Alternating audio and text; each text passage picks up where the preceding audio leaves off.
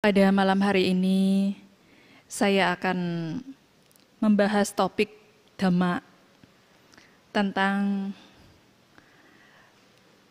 6 hal atau 6 kualitas yang membawa seseorang bisa memahami Dhamma.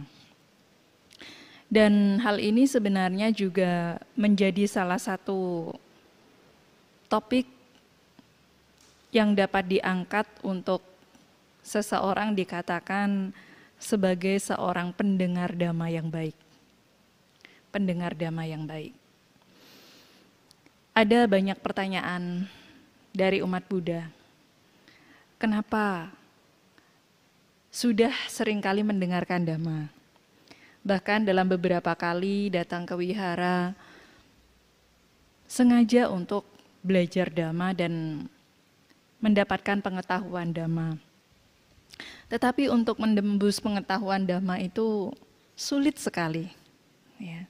Bahkan dikatakan untuk mengingat Dhamma yang disampaikan saja, ya, terkadang hanya bertahan pada saat di dalam ruang Dhammasala. Begitu sudah keluar pintu, menjadi tidak ingat atau bahkan lupa dengan apa yang sudah disampaikan. Tetapi di zaman modern ini beberapa rekaman, ya, baik itu dari video YouTube ataupun dalam rekaman audio, cukup sangat membantu umat Buddha dalam mengulang kembali Dhamma, agar kesempatan pada saat pulang ke rumah, kalau ada hal-hal yang tertinggal untuk bisa dipahami, dimengerti, setidaknya bisa dilihat kembali, didengar kembali. Ibu Bapak, di dalam Dhamma dinyatakan bahwa ada beberapa hal yang menghalangi seseorang itu untuk bisa memahami Dhamma yang diajarkan oleh Guru Agung Buddha dengan cepat, dengan terhalangi oleh 3 faktor, yaitu pikiran yang masih dikuasai oleh keserakahan, kebencian, dan ketidaktahuanlah. Maka seseorang akan cukup sulit untuk mendengarkan Dhamma dan memahami Dhamma dengan baik. Sesungguhnya mendengarkan Dhamma itu bukan hanya sekedar mendengarkan suara, tetapi ada beberapa kualitas yang pada malam hari ini akan saya sampaikan berdasarkan penjelasan dari salah satu sutta yang terdapat di dalam Anguttara Nikaya. Sutta ini dikenal dengan sebutan Sususati Sutta. Sutta yang terdapat dalam buku kelompok Anguttara Nikaya, kelompok 6, Sutta ke-88. Di dalam sutta ini dijelaskan bahwa ada 6 kualitas yang menghalangi kemampuan seseorang dengan cepat memahami Dhamma, dan ada 6 kualitas yang istilahnya mendukung seseorang untuk cepat mengerti dan memahami Dhamma. Di zaman kehidupan Sang Buddha pun, walaupun banyak orang yang istilahnya lahir, bahkan para biku hidup dekat dengan Sang Buddha saja, belum tentu mereka juga langsung mengerti Dhamma yang diajarkan oleh Sang Buddha. Di dalam Dhammapada Atthakatha itu ada satu kisah cerita dari pertanyaan Bante Ananda. Suatu ketika saat Sang Buddha menguraikan Dhamma, sembari Bante Ananda ini mengipasi Sang Buddha, ya, beliau melihat ada 5 kelompok biku. 5 kelompok biku ini memiliki kebiasaan yang berbeda-beda pada saat mendengarkan Dhamma. Diceritakan Satu biku punya kebiasaan pada saat mendengarkan dhamma itu tertidur. Jadi Sang Buddha menguraikan dhamma, kemudian biku yang pertama ini punya kebiasaan tertidur. Umat Buddha juga banyak ya yang seperti itu ya. Wah, apalagi kalau disampaikannya pada saat malam hari, anginnya sepoi-sepoi, wah, seharian banyak aktivitas, kurang istirahat. Nah ini juga punya potensi seperti biku pertama di zaman kehidupan Sang Buddha. Nah kemudian yang kedua, ada biku yang punya kebiasaan pada saat mendengarkan dhamma itu, ya, melakukan aktivitas mengorek-ngorek tanah. Ya, karena di zaman Sang Buddha, biasanya Sang Buddha pun juga menyampaikan dhammanya juga di halaman terbuka, di hutan, di arama. Jadi masih ada tata kebiasaan para biku itu yang menjalankan aktivitasnya sendiri. Menggambar di tanah, mengorek-ngorek tanah. Dan itu diceritakan ada jenis biku yang seperti itu pada saat mendengarkan dhamma. Ya. Kemudian ada biku ketiga yang kebiasaannya berbeda juga dengan biku pertama dan biku kedua. Yaitu biku ketiga ini punya kebiasaan menggoyang-goyangkan pohon yang ada di sampingnya. Ya. Jadi setiap duduk memilih di dekat pohon dan melakukan aktivitas sendiri pada saat mendengarkan dhamma. Ya. Ini hobi dari biku yang ketiga. Kemudian ada biku yang keempat yang punya kebiasaan pada saat Sang Buddha menyampaikan uraian dhamma, beliau sibuk memandangi langit sembari menghitung bintang-bintang. Kemudian melihat ini rasi bintang apa dan lain sebagainya. Untung umat di Dhammasundara ini sudah tertutup atap ya. Kalau tidak mungkin ya sibuk melihat di atas langit ada bintang apa. Nah lalu ada kebiasaan biku yang kelima. Jadi di antara 5 biku ini ya,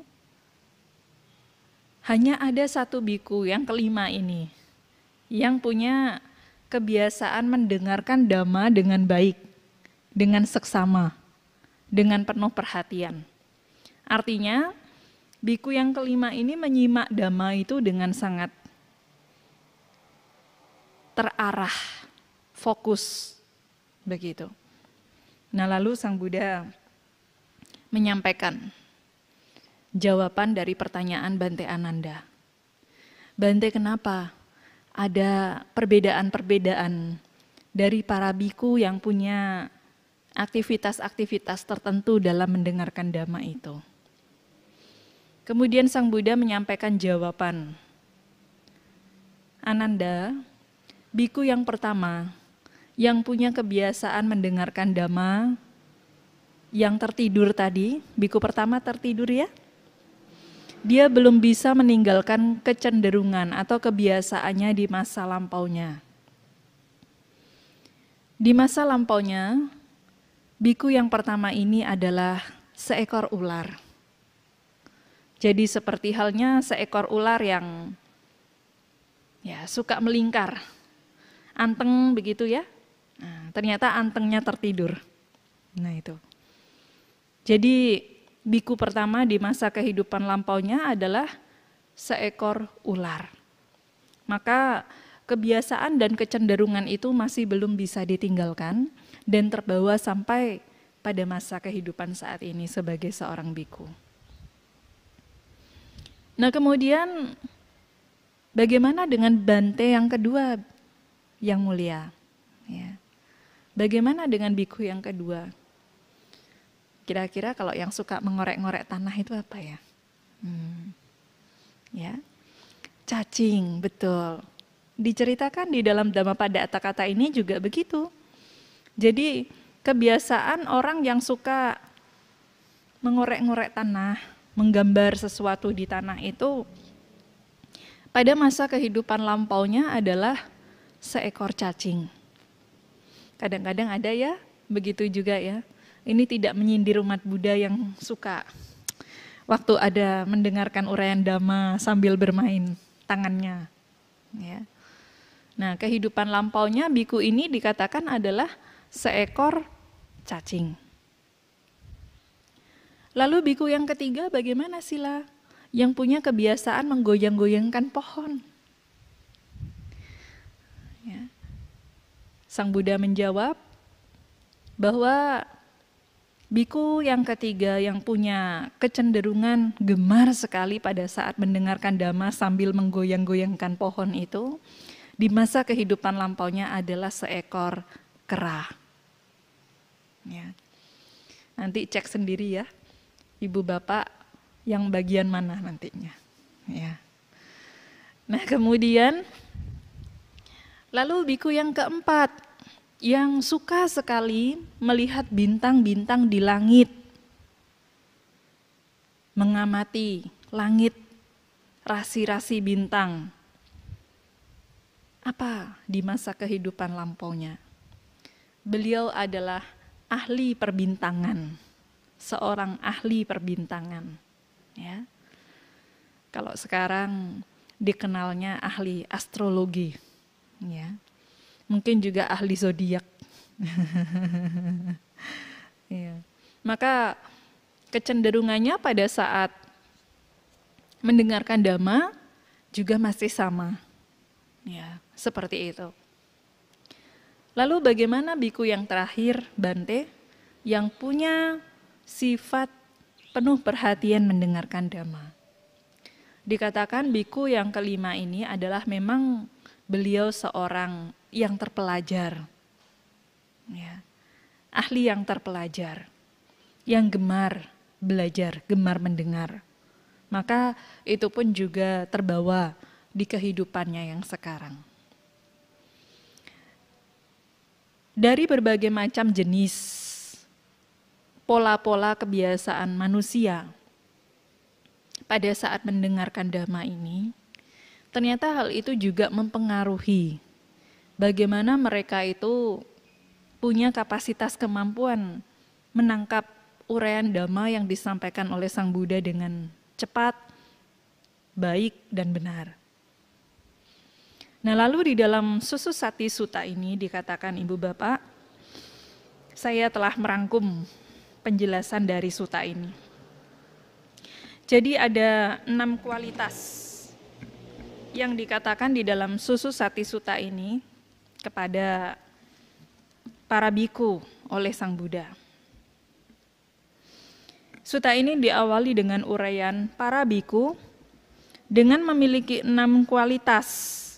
Bahkan selagi mendengarkan Dhamma, seseorang tidak mampu memasuki jalan pasti yang terdapat dalam kebenaran, kualitas-kualitas yang bermanfaat. Apakah 6 hal ini? Ketika Dhamma sedang diajarkan, ya, di dalam dirinya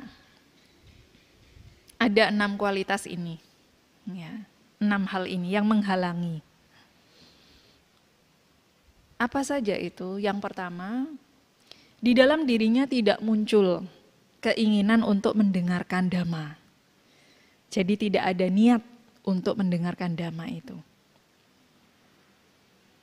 Ternyata niat ini menjadi dasar utamanya. Bahkan dikatakan di dalam Awija Sutta, faktor yang bisa untuk mengikis awija, salah satunya adalah diawali dengan mendengarkan Dhamma. Dan ini hal yang tidak boleh dianggap remeh Ibu Bapak. Walaupun Dhamma itu sudah pernah kita dengar, sudah pernah kita pahami, tetapi ada aspek-aspek yang memang harus dimunculkan di dalam batin kita terkait dengan niatan. untuk mau kembali mendengarkan uraian itu. Kalau tidak ada niatan untuk mau mendengarkan uraian Dhamma, nah ini dikatakan menjadi penghalang seseorang untuk bisa memahami Dhamma dengan baik dan bahkan bisa menembus Dhamma itu. Maka niat ini ternyata begitu sangat penting sekali.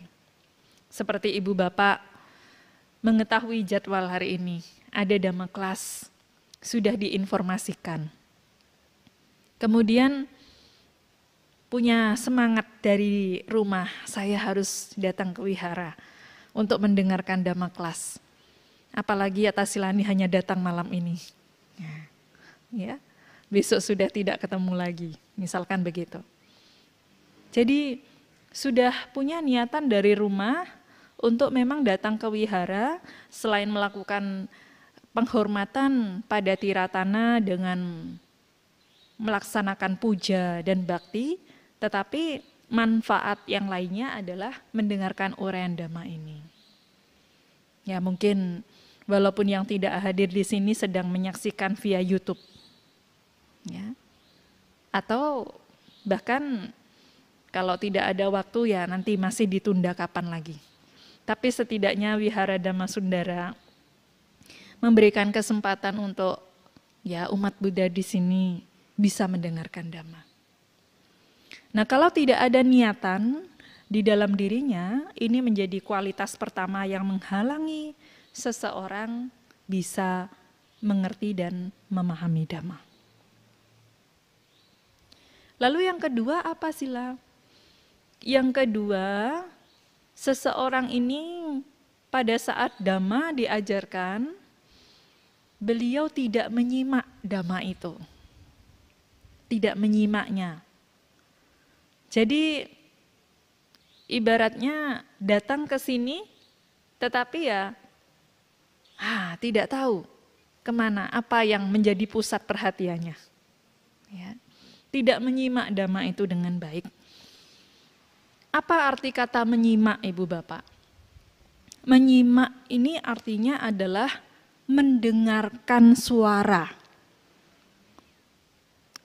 Menyimak adalah mendengarkan suara. Jadi apapun yang dikeluarkan dari suara itu, walaupun hanya satu kata, itu disimak. Karena satu kata Dhamma itu begitu sangat berharga, Ibu Bapak.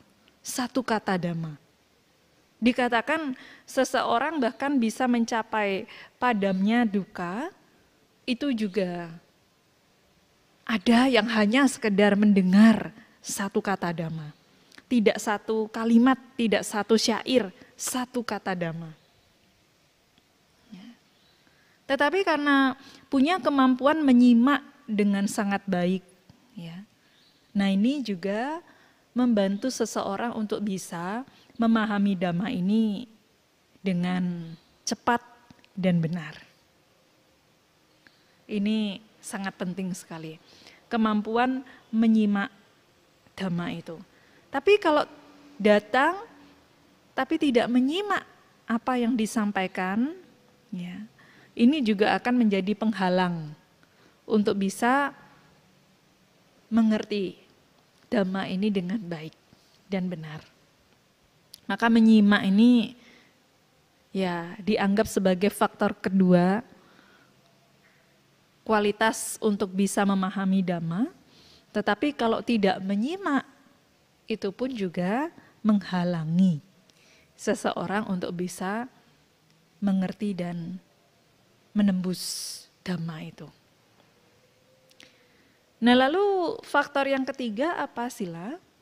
Yang dikatakan menghalangi seseorang untuk sulit memahami Dhamma sejati, untuk bisa juga menembus Dhamma itu dengan cepat.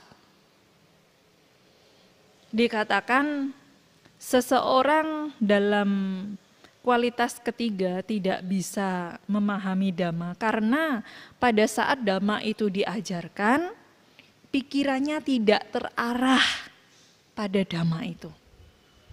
Jadi kalau menyimak tadi, pendengarannya yang terarah pada dhammanya. Nah, tetapi kalau faktor yang ketiga ini, pikirannya yang tidak terarah pada dhamma itu. Karena tidak mengarahkan batinnya pada dhamma, nah maka akan sulit sekali menembus dhamma. Ya. Sulit sekali untuk memahami dhammanya. Ini. Nah, ternyata mengarahkan pikiran ini penting. Ya, jangan nanti pada saat mendengarkan dhamma, ibu bapak datang ke wihara, tapi yang dipikirkan, wah tadi sore saya beli makanan, makanannya lupa, belum saya tutupi, nanti kalau dimakan kucing bagaimana? Nah, orangnya di sini, tapi pikirannya di rumah. Atau memikirkan besok, saya pekerjaannya seperti apa? Atau anak saya bagaimana? Cucu saya seperti apa? Dan lain sebagainya. Nah, ini artinya pikiran kita sedang tidak terarah pada dhamma itu. Maka akan sulit sekali untuk bisa memahami dhamma. Pikiran yang terarah ini dikatakan menjadi faktor ketiga yang bisa menjadi kualitas untuk mudah memahami dhamma.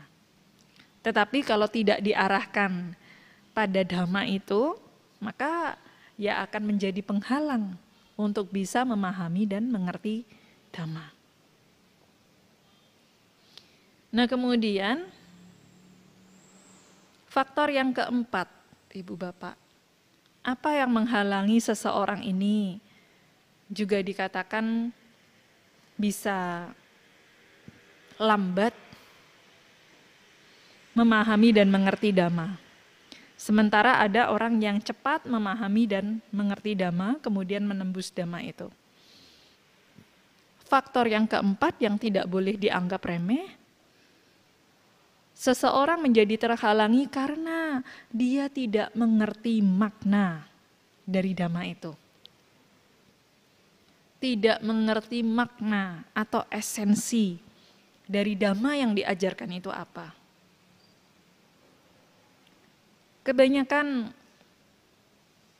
hal seperti ini dialami oleh umat Buddha. Yang bahkan sudah bertahun-tahun menjadi umat Buddha pun ketika ditanya makna satu kata dhamma saja belum tentu bisa menjelaskan. Ya. Makna satu kata dhamma. Misalkan ibu bapak diberikan penjelasan tentang apa itu samadhi, apa itu bhavana, apa itu caga, apa itu subharo, apa itu metta. Kita untuk menjelaskan itu sulit. Kalau menjelaskan sulit dan tidak mengetahui maknanya, ini juga akan menghalangi seseorang untuk bisa praktik dhamma dan memahami dhamma itu sendiri. Walaupun ibu bapak hanya satu kata saja, tapi kalau ibu bapak ini bisa mengerti maknanya, akan mudah sekali bagi ibu bapak untuk mempraktikannya dan memahaminya. Misalkan ibu bapak mengetahui satu kata di dalam Karaniya Metta Sutta. Apa itu sila? Contoh, subharoca dalam bahasa Pali. Apa artinya subharoca? Pernah baca ya? Tadi saya mendengar di bawah baca Karaniya Metta Sutta. Ya. Subharo. Ada namanya Bante Subharo ya. Subharo artinya mudah dirawat. Mudah dirawat. Kata-kata ini bukan hanya ditujukan kepada para biku, samanera dan juga atasilani saja, yang dikatakan menjadi orang yang mudah dirawat. Tetapi kalau ibu bapak, walaupun sebagai perumah tangga, menjadi orang yang mudah dirawat, hidupnya bahagia atau menderita? Bahagia atau menderita? Ini hanya satu kata Dhamma saja. Mengerti Subharoca, Sang Buddha mengajarkan untuk kita menjadi orang yang mudah dirawat. Kenapa harus mudah dirawat? Supaya dirinya tidak repot. Orang lain juga tidak repot. Ya. Subharoca, direnungkan satu hari. Hari ini saya mau praktik satu kata Dhamma ini. Subharoca. Mulai bangun tidur. Ya. Yang awalnya bergantung pada suaminya atau istrinya. Untuk apa? Merapikan tempat tidur. Coba hari ini saya mau menjadi orang yang subharoca. Melipat selimutnya sendiri. Ngebas-ngebas tempat tidurnya, rapi. Wah, suaminya atau istrinya kalau lihat, wah hari ini istri saya, suami saya hebat sekali ya. Ada perubahan. Ya, misalkan begitu. Anak-anak diajari seperti itu juga. Praktik subharoca. Ya. Dari hal yang paling sederhana. Masalah makan paling mudah dirawat juga. Tidak repot. Harus ada menu ini itu. Ya, istrinya masak apa, nah itu yang dimakan. Ya. Sesuai, subharoca. Nanti pergi ke suatu tempat, tempatnya sederhana. Mungkin di rumah sudah terbiasa dengan spring bed, ya, dengan segala sesuatu yang mewah. Begitu datang ke suatu daerah, misalkan di hutan, tempat camping, atau wihara di daerah, ya, di desa begitu, hanya disediakan karpet saja, bisa tidur di situ. Kenapa? Karena hidupnya mudah dirawat, tidak repot. Dan itu dikatakan sebagai hidup yang bersahaja. Hidup yang bersahaja. Bersahaja itu artinya bisa menjalani kehidupan dengan sederhana karena mudah dirawat. Ada tempat bagus, oke. Tidak ada, ya sudah, menyesuaikan. Jangan nanti misalkan ibu bapak misalkan praktik atasila. Kemudian Pak Bekti menyiapkan hotel untuk ibu bapak. Bilang sama petugas hotelnya, tolong ya dipannya ini dipotong kakinya. Atau tempat duduknya dipotong. Saya nggak boleh tinggal di tempat yang tinggi dan mewah misalkan begitu. Tidak usah. Ya, apa yang disediakan itu yang digunakan. Ya. Menjadi orang yang mudah dirawat. Jadi di mana saja kita akan hidup juga menjadi sangat damai, tenang, ya batin kita. Karena kita bisa mempraktikkan satu kata Dhamma saja. Ini urusan subharoca saja. Belum nanti kalau ibu bapak mengerti dari serangkaian makna yang ada di Karania Metta Sutta itu. Ada kata uju, jujur, suhujuca, sungguh jujur, winayoca, terlatih baik dalam tata susila, dan lain-lain. Santutica, merasa puas. Ya. Kalau ibu bapak bisa memaknai satu kata itu dengan baik, kemudian dimengerti artinya untuk kehidupan kita sehari-hari, dipahami dan dipraktikkan, Dhamma itu akan memberikan manfaat. Dhamma itu akan benar-benar kita tembus untuk bisa dipraktikkan sebagai solusi mengatasi duka. Ini, gitu. Ini satu kata. Ya. Kemudian betapa pentingnya memahami makna ini untuk mengubah cara pandang seseorang juga. Karena memahami makna Dhamma ini menjadi salah satu bagian untuk dasar manusia berpikir benar.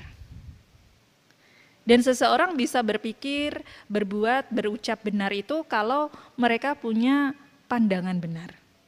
Punya cara pandang yang benar. Seperti itu. Kalau mereka tidak punya cara pandang yang benar, ya pikiran, ucapan, dan perbuatannya juga menjadi tidak benar. Jadi memahami makna satu kata di dalam bahasa itu, bahasa ini bukan hanya sekedar dijadikan sebagai media komunikasi saja. Tetapi dengan memahami satu makna kata dalam bahasa itu, kita bisa mengubah cara pandang kita. Karena satu kata itu mewakili kata-kata Buddha. Mewakili apa yang diajarkan oleh Sang Buddha. Begitu. Kalau kita memahami maknanya, itu akan membawa manfaat bagi diri kita supaya ya lebih jelas mengerti Dhamma itu untuk bisa dipraktikkan dengan baik. Begitu. Nah, tetapi kalau seseorang tidak memahami maknanya, ya akan menghalangi apa yang semestinya bisa dipahami. Begitu. Nah ini. Kemudian yang kelima ya. Apa yang menghalangi seseorang tidak bisa memahami Dhamma dan menembus Dhamma sejati itu dengan baik dan benar? Yang menghalanginya adalah ya, karena seseorang membuang makna Dhamma itu. Nah, kalau yang tadi tidak memahami maknanya, kalau yang kelima ini, dia tahu maknanya, tapi malah mengesampingkan maknanya itu. Ya. Banyak umat Buddha juga. Ya. Kalau datang ke wihara, wah, ini penceramah Dhammanya lucu, baru hobi datang. Ya. Bukan masalah lucunya, tapi bagaimana kita tidak membuang esensi Dhammanya. Wah, ini pembabar Dhammanya menyenangkan dan lain sebagainya. Jadi esensi dari Dhamma itu menjadi hilang. Nah, ketika seseorang membuang esensi Dhamma atau makna Dhamma yang semestinya dia pahami, dia mengerti, kemudian malah ditinggalkan atau dibuang makna Dhammanya itu, maka itu dikatakan juga tidak bermanfaat. Di dalam beberapa uraian khotbah Sang Buddha, memang ketika kita membaca literatur Dhamma Sutta, ya, ada di dalam Tipitaka itu beberapa menjelaskan tentang latar belakang, yaitu di mana sutta itu dibabarkan, kepada siapa, dan biasanya inti dari penjelasan khotbah itu apa. Ada kadang-kadang orang yang hanya mendengar, mengerti, Sang Buddha pokoknya membabarkan kepada 5 orang petapa. Oke, apa yang dibabarkan? Apa ya sila, lupa saya. Pokoknya Dhammacakkappavattana Sutta itu. Yang di Dhammacakkappavattana Sutta itu pokoknya. Ya. Ingat satu saja, tapi satu saja ini tidak esensi. Bukan makna Dhamma itu. Kalau dia punya keinginan kuat, niatan untuk mau mendengar lagi atau belajar lagi, mungkin dia akan searching. Dhammacakkappavattana Sutta itu apa? Ya. Tapi kalau dia cukup mentok di situ, yang penting tadi saya mendengarkan Dhamma, pokoknya Dhammanya itu judulnya Dhammacakkappavattana Sutta. Ya.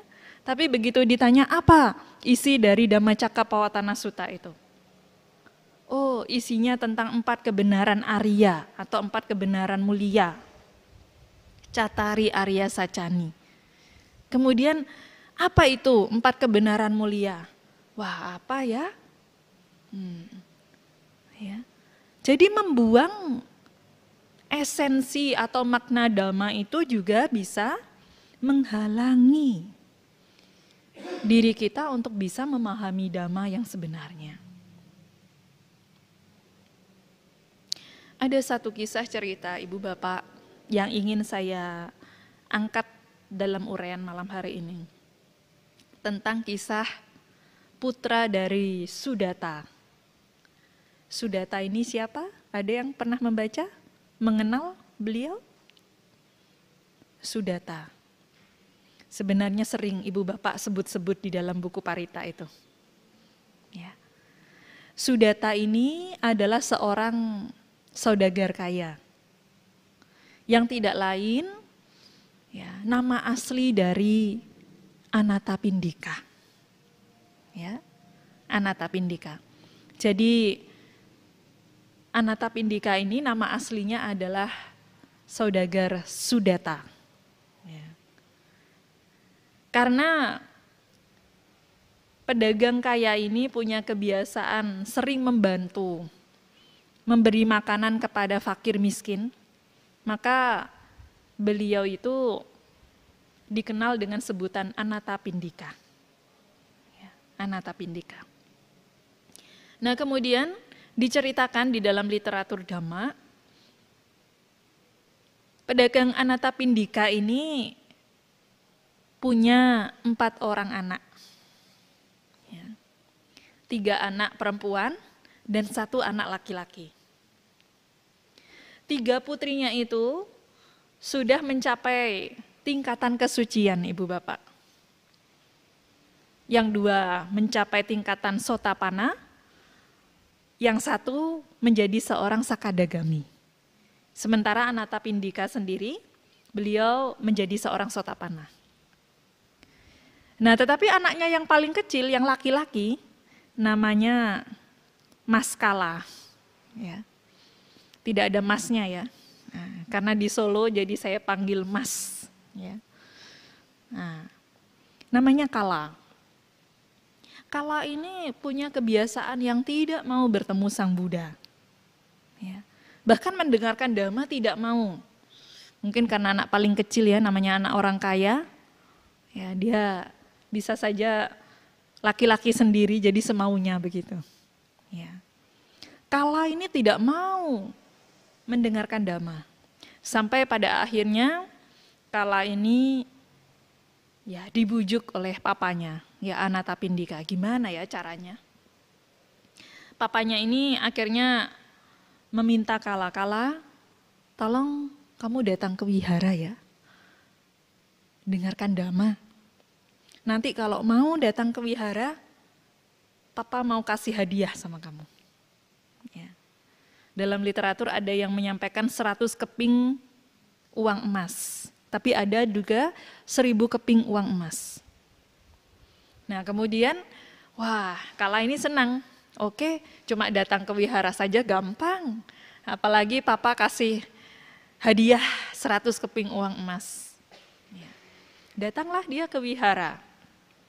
Tapi begitu datang ke wihara, dia memilih tempat yang paling nyaman. Bukan paling nyaman untuk mendengarkan Dhamma, tapi paling nyaman untuk tidur. Ya. Jadi dia datang ke wihara pertama kali itu, ya hanya santai-santai saja dia. Ada Sang Buddha juga. Ya. Nah kemudian, sudah selesai, datang ke wihara, dia pulang. Oh, papanya senang sekali. Wah, anak saya sudah mau ke wihara. Oke, saya mau kasih dia uang 100 keping. Ya. Supaya dia senang. Pembantunya diminta untuk menyiapkan makanan yang enak, kesukaannya Kala ketika pulang dari wihara. Nah, kemudian keesokan harinya papanya minta lagi, Kala, kamu datang lagi ya ke wihara, tapi jangan hanya datang. Tolong nanti kamu dengar 1 syair. Ingat 1 syair saja apa yang disampaikan oleh Sang Buddha. Oh, oke Pak. Nanti kalau kamu bisa, Papa kasih 1000 keping uang emas. 10 kali lipat. Ya. Ternyata Kala menyetujui. Nah, awalnya dia duduknya paling belakang. Paling belakang karena merasa tidak nyaman ya, terganggu oleh orang-orang, tidak terdengar, maju. Nggak terdengar lagi, maju lagi. Sampai akhirnya benar-benar di depan Sang Buddha. Dan menyimak dengan baik semua yang disampaikan oleh Sang Buddha. Begitu. Kemudian setelah menyimak, ya, Kala berpikir, wah, saya tidak hanya mengingat satu syair saja, tapi saya juga bisa menceritakan semuanya kepada papa saya, apa yang disampaikan oleh Sang Buddha ini. Nah, lalu di dalam pikirannya sudah berubah, tapi jangan sampai orang-orang tahu kalau saya datang ke wihara hanya karena ya, disogok oleh papa. Ya. Jadi datang ke wihara karena untuk 1000 keping uang emas. Kemudian karena mendengar dhamma dengan baik, dia mengerti maknanya, tidak membuang esensinya. Kala ini diceritakan batinnya menjadi sadar. Ya. Dan dia menjadi seorang pemasuk arus juga. Menjadi seorang Sotapanna juga. Di usia yang muda. Ya. Nah, inilah potensi untuk bisa memahami syair itu saja, ya, atau mengerti makna dari apa yang disampaikan dan tidak membuang esensinya, itu bisa membantu seseorang untuk ya tercerahkan, Ibu Bapak, tercerahkan. Ya. Nanti Ibu Bapak tes ya, setelah pulang dari sini, ingat enggak satu kata saja, tidak satu syair, seperti Kala tadi. Ya. Satu kata saja apa ya yang disampaikan oleh Atta Silani. Syukur bisa menyampaikan semuanya yang disampaikan ini. Kalau mau mendengar semuanya tinggal setel YouTube-nya Dhamma Sundara. Ya, begitu. Nah, Kala cerita dari Kala putra Anathapindika, ya ragilnya Anathapindika ini, membuat satu motivasi juga untuk pentingnya tidak membuang esensi dhamma dan memahami makna dhamma itu, Ibu Bapak. Karena ketika seseorang bisa memahami dan tidak membuang esensi dari dhamma itu akan memberikan manfaatnya. Begitu. Jadi penting sekali untuk kita mengerti dhamma itu tanpa boleh membuang maknanya. Kalau toh nanti Ibu Bapak ingat dari rumah, tadi Atta Silani menyampaikan tentang apa ya? Oh, nama sutanya Susu Sati Sutta. Nanti searching sutanya apa.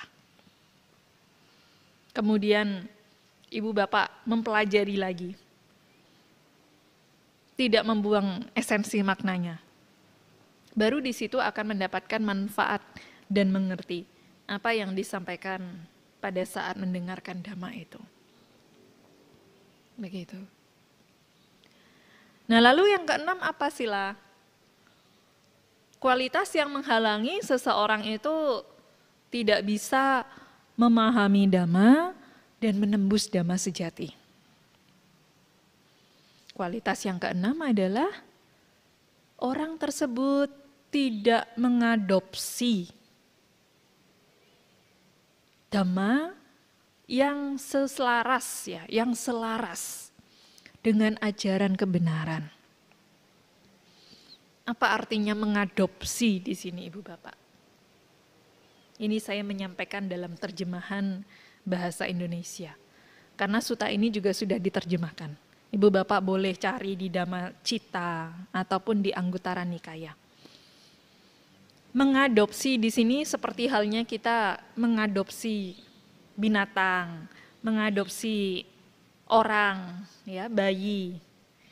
Mengadopsi itu bukan hanya sekedar mengambil, tapi layaknya seseorang yang mengadopsi biasanya merawat, ya, merawat. Nah, dhamma yang sesuai dengan ajaran kebenaran ini bukan hanya sekedar kita ambil sebagai pengetahuan saja, Tapi cara untuk bisa merawat keberlangsungan eksistensi dhamma yang selaras ini, kita juga harus mempraktikannya. Kalau ada pepatah Jawa itu, ngelmu iku kelakone kanthi laku. Begitu nggih? Betul ya Ibu Bapak ya? Ya. Dhamma itu juga akan bermanfaat ketika dipraktikkan. Dhamma itu bisa ditembus ketika banyak diulang, diingat, kemudian juga digunakan dalam kehidupan kita sehari-hari. Bagaimana itu sila caranya? Belajar terus punya pengingatan pada dhamma itu dan juga digunakan, dipraktikkan dalam kehidupan sehari-hari. Contoh sederhananya, Ibu Bapak pernah mendengar kata anicca ya? Pernah ya? Pernah. Apa artinya anicca? Tidak kekal. Yang tidak kekal itu apa? Semuanya. Segalanya, segala bentukan. Ya. Nama dan rupa. Tidak kekal ya, betul ya?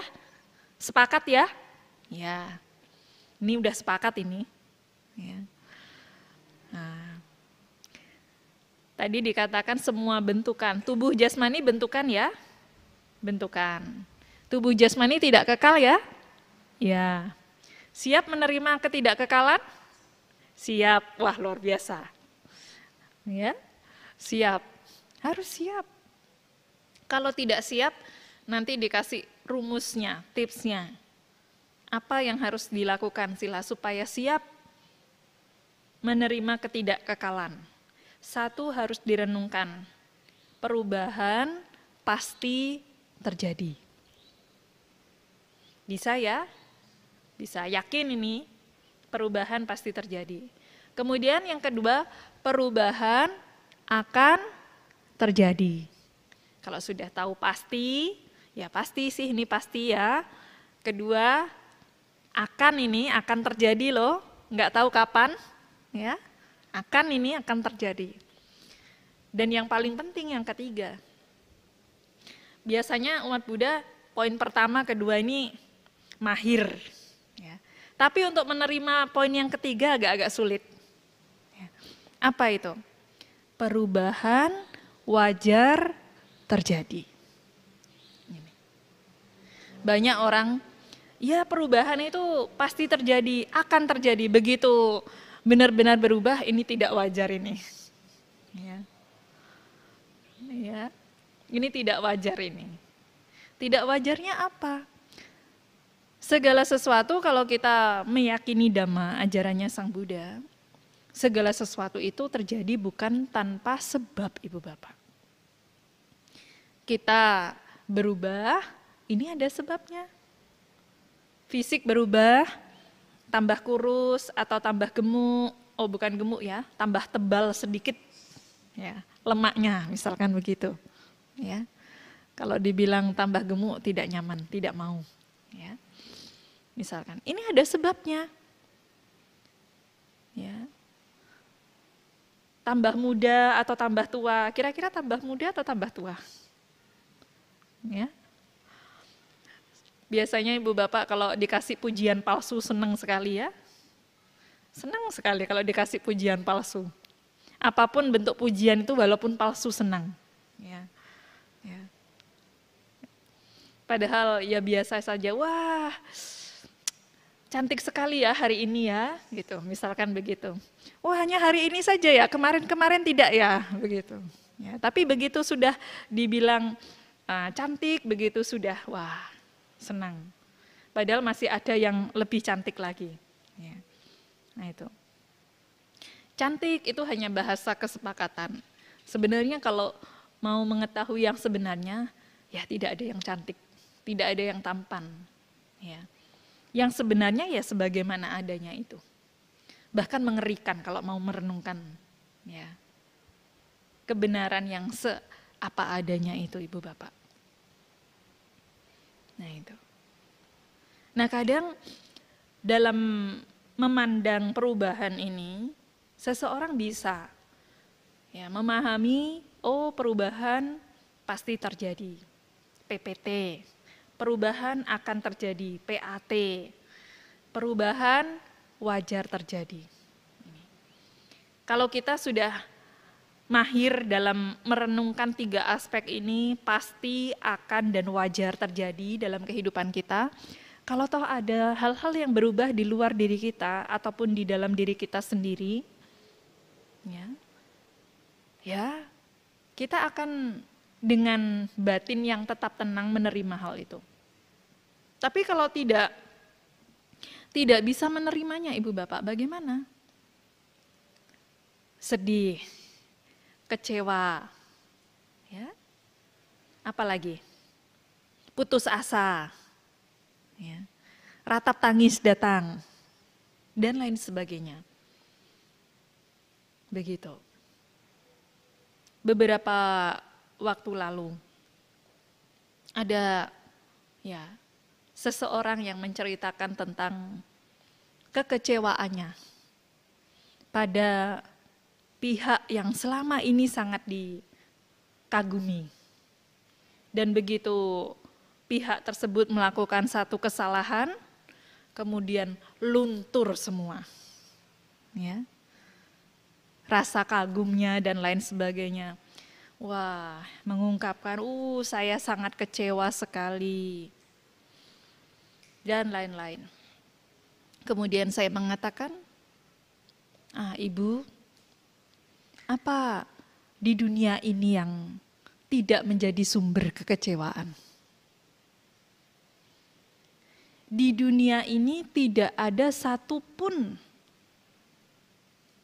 ya, yang sifatnya bentukan berubah itu tidak menjadi sumber kekecewaan. Baik itu orang lain di luar diri kita, ataupun diri kita sendiri sebenarnya. Pernah enggak kecewa dengan diri sendiri? Pernah ya? Sering Sila. Nah, contohnya apa Sila? Mau pagi-pagi bangun, besok saya mau bangun jam 5 pagi. Oke, pasang alarm, kring, kring, kring. Begitu jam 5 pagi berbunyi, aduh masih ngantuk sekali, matikan.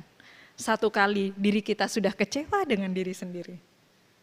Ya, karena kita tidak disiplin dengan diri kita sendiri. Misalkan seperti itu.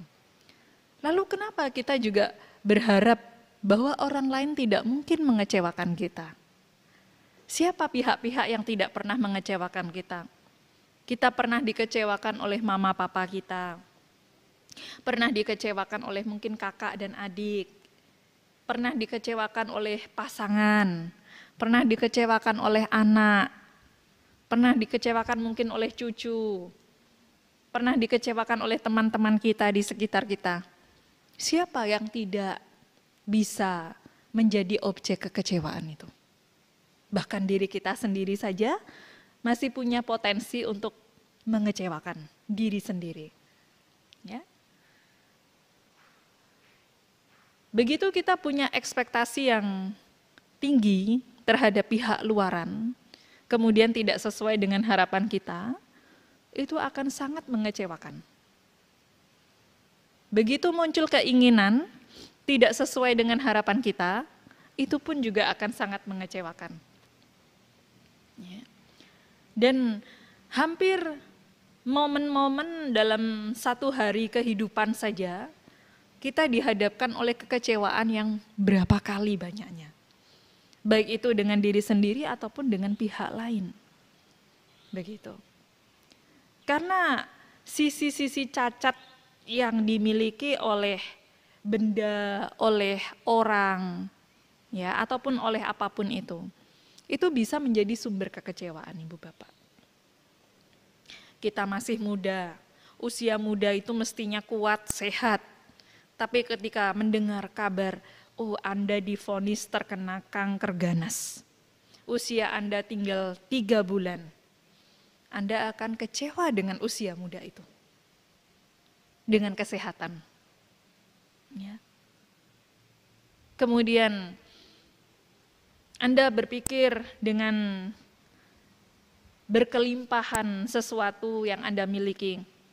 Saya bisa punya tempat ini, punya perusahaan ini, nanti bisa sampai berapa turunan, 7 turunan, 9 turunan, dan lain sebagainya.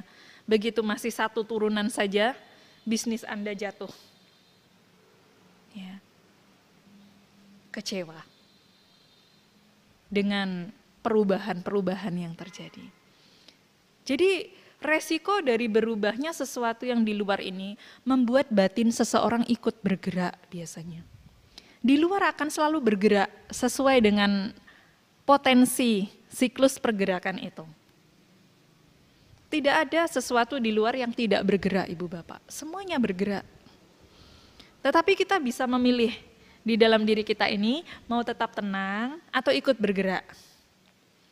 Biasanya respon batin kita itu karena di luar bergerak, di sini ikut bergerak juga, pusing jadinya. Muter begitu ya. Yang membuat kita pusing itu karena kita ikut bergerak itu dengan sesuatu yang di luar yang sedang bergerak. Tapi bermanfaatnya dhamma yang dipraktikkan dengan benar, hanya mengerti kata anicca saja misalkan Ibu Bapak tadi. Bahwa potensi perubahan itu akan terjadi baik pada orang lain ataupun diri kita sendiri. Nah, itu sudah cukup memberikan wisdom bagi kita. Ini hanya dalam artian kata mengerti tentang itu anicca. Mau perubahan ke arah yang positif ataupun negatif. Begitu. Tetapi diri kita ini tetap berpedoman pada dasar-dasar yang memunculkan kebijaksanaan. Karena pada akhirnya praktik dhamma itu untuk bisa diterapkan, bisa dipahami dengan baik dan ditembus, ujung-ujungnya adalah untuk mengarahkan pikiran kita, perasaan kita. Sejauh mana pikiran itu terarah pada hal-hal yang bermanfaat untuk tujuan melenyapkan duka, atau justru sebaliknya, mengarah pada hal-hal yang tidak bermanfaat, yang tidak membawa pada potensi lenyapnya duka. Kalau dhamma itu dipraktikkan dengan benar, dengan baik, alat untuk memvalidasi saya ini sudah praktik dhamma yang benar dan tidak. Apakah dalam mempraktikkan dhamma ini saya terarah pada hal-hal yang bermanfaat, yang mengarah pada lenyapnya duka, atau sebaliknya? Justru terjerumus pada hal-hal yang tidak bermanfaat, yang membawa pada ketidaklenyapan duka. Begitu. Nah, dhamma yang sejati, dhamma yang istilahnya itu sesuai dengan apa yang diajarkan oleh Guru Agung Buddha, tujuannya untuk berakhirnya duka, padamnya duka. Dari aspek manapun, baik itu yang sifatnya kemelekatan terhadap fisik yang kelihatan atau materi, ataupun yang sifatnya kemelekatan terhadap sesuatu yang bukan materi. Begitu. Ya. Kemelekatan terhadap pikiran, perasaan, ingatan, ya, ide-ide, dan lain sebagainya. Begitu. Nah, ini juga akan membantu seseorang ya untuk istilahnya punya kemampuan seberapa seringkah mengadopsi, merawat dhamma itu di dalam pikirannya untuk bisa dimunculkan, diingatkan batinnya sendiri, ya, pada batinnya sendiri. Kemudian itu menjadi satu tata kebiasaan dalam perilaku dan ucapannya. Begitu. Nah, ini bisa dikatakan sebagai sarana untuk seseorang tidak terhalangi, bisa memahami dan ya, menembus dhamma yang sesuai dengan ajaran Buddha.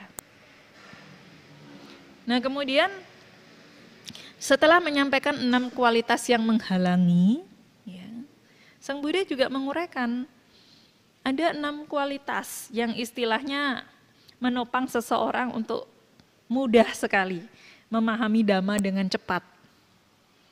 Bahkan bisa sampai menembus tataran tingkatan kesucian itu. Ya, 6 kualitas ini kebalikannya tadi Ibu Bapak. Jadi ketika mereka sedang mendengarkan Dhamma yang diajarkan oleh Guru Agung Buddha, memunculkan niatan mendengarkan Dhamma itu. Kemudian yang kedua, menyimak dengan baik apa yang diajarkan ya, pada Dhamma itu. Kemudian yang ketiga, mengarahkan pikirannya pada Dhamma itu. Jadi Dhamma itu bukan untuk pihak luaran, tapi didengarkan untuk diarahkan pada batin sendiri. Begitu. Kemudian dia juga berusaha memahami maknanya, ya, memahami makna Dhamma itu. Lalu yang kelima, dia juga berusaha untuk tidak membuang esensi dari makna Dhamma itu. Tidak membuangnya. Tujuannya tetap terarah pada kemampuan memahami dan mengerti dengan jelas Dhamma yang dia telah dengarkan. Dan yang terakhir, ya, dia punya kemampuan mengadopsi dengan penuh keyakinan Dhamma yang selaras dengan ajaran kebenaran, ajaran Guru Agung Buddha. Nah, maka kalau dikatakan orang punya 6 kualitas ini, ya, nah, kemampuannya untuk bisa memahami, mengerti Dhamma, bahkan juga menembus Dhamma ajaran Guru Agung Buddha itu bukanlah sesuatu yang sulit. Bukanlah sesuatu yang sulit. Ibu Bapak, dengan mendengarkan uraian ini, tentunya harapan saya sebagai umat Buddha lebih termotivasi untuk bagaimana di dalam kehidupan sehari-hari itu pada saat mendengarkan uraian Dhamma, Ibu Bapak bisa lebih punya ya, sikap perhatian sesuai dengan 6 kualitas yang terdapat di dalam Sususati Sutta ini. Karena 6 kualitas inilah yang sebenarnya menjadi jawaban dari berbagai macam pertanyaan umat Buddha. Kenapa sulit sekali untuk memahami Dhamma, untuk mengerti Dhamma dengan jelas? Bahkan menembus Dhamma itu kok sulit sekali. Kenapa sila?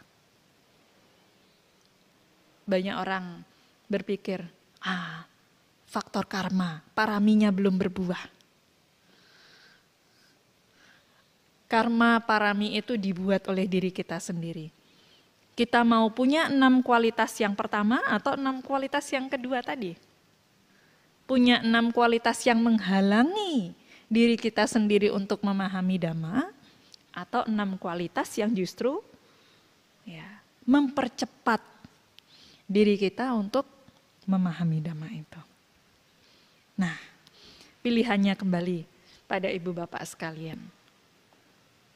Demikianlah uraian mengenai cara atau dikatakan kualitas dari seseorang pendengar Dhamma yang baik, yang dijelaskan di dalam Sususati Sutta sebagai kualitas yang membantu agar seorang pendengar Dhamma itu bisa memahami Dhamma dan menembus Dhamma, ajaran kebenaran dengan cepat dan baik. Terima kasih dan anumodana. Semoga semuanya berbahagia. Sadu, sadu.